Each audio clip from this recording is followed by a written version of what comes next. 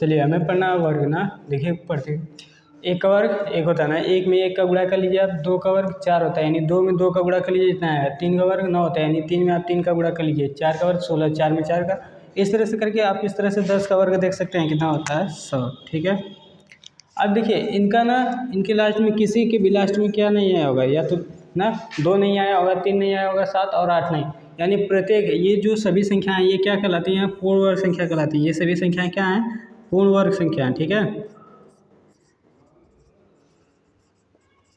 ठीक है, ये सभी संख्याएं क्या हैं, पूर्ण वर्ग संख्याएं हैं। क्यों? क्योंकि ये किसी न किसी संख्या का वर्ग है ना, प्राकृतिक संख्या का वर्ग है ना, तो ऐसी संख्याएं जो किसी भी प्राकृतिक संख्या का वर्ग होंगी वो पूर्ण वर्ग संख्या होंगी। ठीक है, अब देखिए पूर्ण वर्ग संख्याओं का ना इकाई अंक कभी ये संख्याएं नहीं हो सकती, दो नहीं आ सकता। आप किन्हीं भी संख्याओं का वर्ग कीजिएगा ना प्राकृतिक संख्या, लास्ट में दो नहीं आएगा, तीन भी नहीं आएगा, सात भी नहीं आएगा, आठ भी नहीं। देख लीजिए इसमें से किसी में आया है, नहीं आया है। ठीक है, प्रत्येक पूर्ण वर्ग संख्या का डिजिटल सम, यानी मैं बताया था पहले इस सेशन में कि डिजिटल सम क्या होता है। देखिए इसका डिजिटल सम एक है, इसका चार, इसका नौ, इसका जोड़ेंगे तो आप कितना होगा, छः और एक सात, इसका डिजिटल सम सात। ठीक है, इसका डिजिटल सम सात, इसका डिजिटल सम की बात करें तो नौ, इसके डिजिटल सम की बात करें तो नौ चार 13, 13 का फिर देखिए 13 हो जाएगा। ठीक है, 13 का फिर डिजिटल सम कितना होगा, चार, इसका जोड़ेंगे आप एक।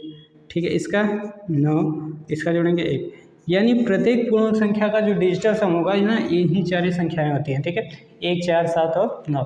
अब इसकी सहायता से हम क्या कर सकते हैं, इसकी सहायता से आप ये पता कर सकते हैं कि कौन सी संख्या पूर्ण संख्या है या नहीं। क्योंकि ना एसएससी के एग्जाम में क्या होता है, चार ऑप्शन देते हैं, अजीब अजीब सा प्रश्न। पहला तो इनके आधार पर आप छाट सकते हैं कि कौन सा नहीं होगा, दूसरा डिजिटल सम के आधार पर आप छाट सकते हैं कि कौन सा होगा और कौन सा नहीं होगा। ठीक है, बात है समझ में। और एक प्रश्न और होता है कि जो मतलब क्या होता है ना, किसी भी पूर्ण संख्या के अंतिम दो अंक होंगे वो 1 से लेकर 24 तक की संख्याओं के वर्ग में जो लास्ट में आएंगे वही दो अंक होंगे ना। 1 से 24 तक की संख्याओं के लास्ट में दो अंक जो आएंगे वही होंगे ना। अब देखिए 11 का वर्ग निकालते कैसे ना, जल्दी से, दो अंक की संख्या होगा ना, तो आप कीजिएगा क्या, पहले एक का वर्ग, पहले इसका वर्ग, एक का वर्ग एक। ठीक है, फिर इन संख्याओं का गुणनफल, एक एक और एक, दो का, एक एक और दो का, एक एक में एक और फिर दो का करेंगे दो, फिर एक का वर्ग। ठीक है, 12 का भी आप इसी तरह कर सकते हैं। क्या करेंगे, पहले दो का वर्ग चार, फिर इन तीनों का गुणा, एक दो और दो का गुणा करेंगे तो कितना होगा, चार।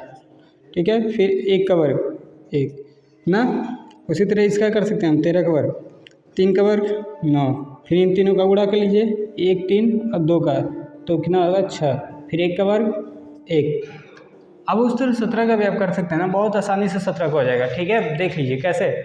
अब एक का 17 7 का वर्ग करते हैं, कितना आता है, 49, 49 को कितना लिखेंगे, 9, बचा कितना, 4, चलिए बचाए रखिए, एक सात है सात, सात दूना 14, 14 में 4 जोड़ेंगे 18 को 8, बच गया कितना, एक, एक का वर्ग एक होता है और एक बचा था, आप जोड़ लीजिए 2। ठीक है, उसी तरह यहाँ पर 8 का वर्ग 64, 64 को आप कितना लिख लीजिए, 6 4।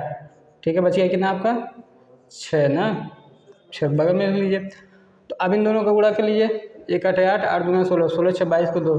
ठीक है, बच गया कितना, 2, एक का वर्ग एक, एक में 2 जोड़ लीजिएगा कितना होगा, 3। ठीक है, उसी तरह आप इसका कर सकते हैं ना, 9 का वर्ग 81 को एक, बच गया कितना, अब 8, 9 दूना 18, देखिए 9 दूना 18 और फिर एक का करेंगे तो 18 ही रहेगा, 18, 18 में 8 जोड़िएगा तो 26, 26 को 6 बचा 2, एक का वर्ग एक, एक में 2 जोड़ लीजिएगा तो कितना हो जाएगा, 3।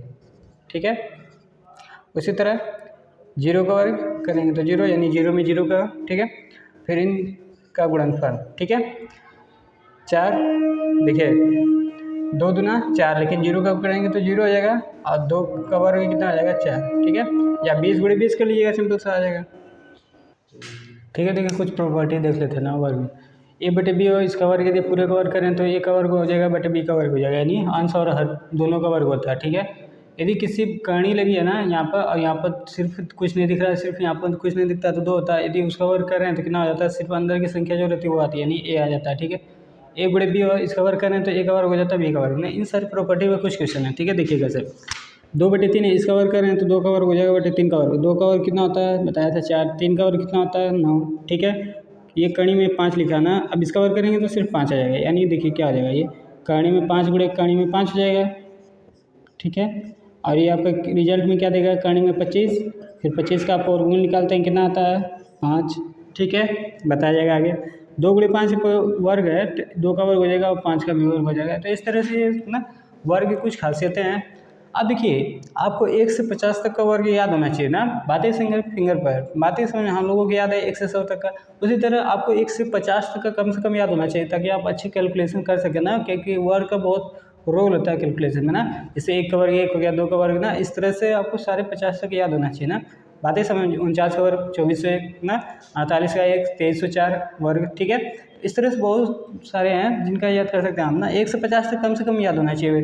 जैसे 35 की बात करें ना तो 12 से 25, ठीक है। 27 की बात करें 729, तो इस तरह से याद रहेगा तो सारे कैलकुलेशन ईजी हो जाएंगे ना। तो आपको मैं बताया था अभी ट्रिक देखिए, मान लीजिए आपको 35 का वर्ग ज्ञात करना है ना, किसका वर्ग ज्ञात करना है 35 का, बात है समझ में। अब जिनके लास्ट में ये होता है 5 होता है, जिनके लास्ट में कितना होता है 5, तो पहले आप कितना लिख लीजिए 25। जिनके लास्ट में 5 है उनका वर्ग ज्ञात करने के लिए क्या है, पहले 25 लिख लीजिए। फिर ये 3 के बाद कौन संख्या आती है 4, 3 और 4 का गुणा कर लीजिए कितना आएगा 12। जिनके लास्ट में 5 होता है इस तरह आसानी से निकल जाएगा, ठीक है। जिनके लास्ट में 0 होता है उनका कैसे करेंगे वर्ग करना। तो देखिए इस 1 0 है तो कितना आ जाएगा, वर्ग करें तो 2 0 पहले लिख लीजिए, ठीक है। फिर जो बचा उसका वर्ग कर लीजिए, 3 का वर्ग 9, इस तरह से हो जाता है, ठीक है। तो बहुत सारे पैटर्न होते हैं ना, बातें समझ में। तो वर्ग आपको याद होना जरूरी है 1 से 50 तक, ठीक है, ताकि और से अच्छी सी प्रॉपर्टी हम लोग क्या कर सकें, समझ सकें, बातें समझ में। तो इसको याद करके आइए सेशन में, ठीक है।